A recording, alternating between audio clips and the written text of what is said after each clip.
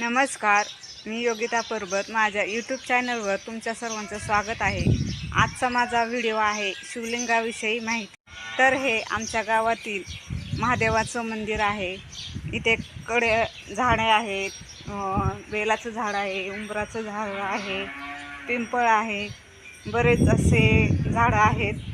आणि हे आहे नंदीचं मंदिर. नंदी आहे, महादेवासमोर नंदी आहे. इथे त्रिशूळ उभा आहे आणि ते महादेवाचं मंदिर आहे. तर मी आज शिवलिंगाविषयी माहिती सांगणार आहे. इथे गणेश असतात, इथे कार्तिकीय, इथं महादेवांची मुलगी अशोक सुंदरी, ही हस्तकमल, इथं पार्वती, हे शिवलिंग आणि ही कलश आहे. कलशामध्ये महादेवांच्या 5 मुली असतात.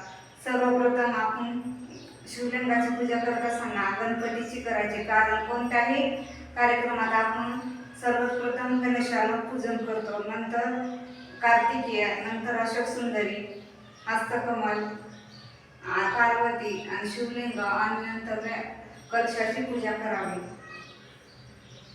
अशी माहिती होती.